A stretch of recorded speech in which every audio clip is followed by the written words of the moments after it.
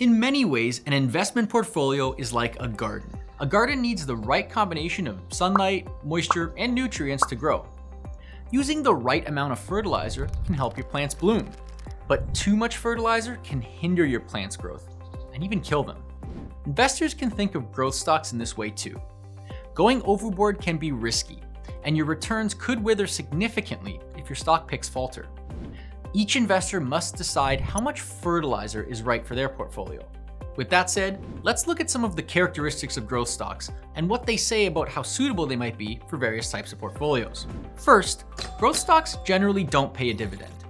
That often rules them out from strictly income-based portfolios.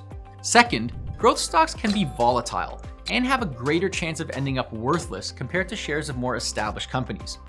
This might lead more risk-averse investors to shy away from them altogether. Third, growth stocks are typically unprofitable early on. This makes them less suitable for investors with shorter investing timelines. So, which type of investor might growth stocks fit better?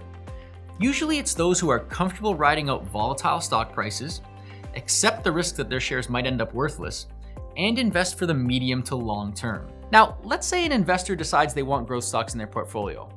How much should they buy? Well, that's largely based on how much of their portfolio they're dedicating to equities and how much of that portion they're comfortable devoting to higher risk positions. Take the case of Andrea, who fits the aggressive investor profile with a high risk tolerance. Andrea created an investment portfolio with a 30-year plan towards retirement. Andrea will allocate 70% of their portfolio towards equities with a handful of growth stocks in the mix.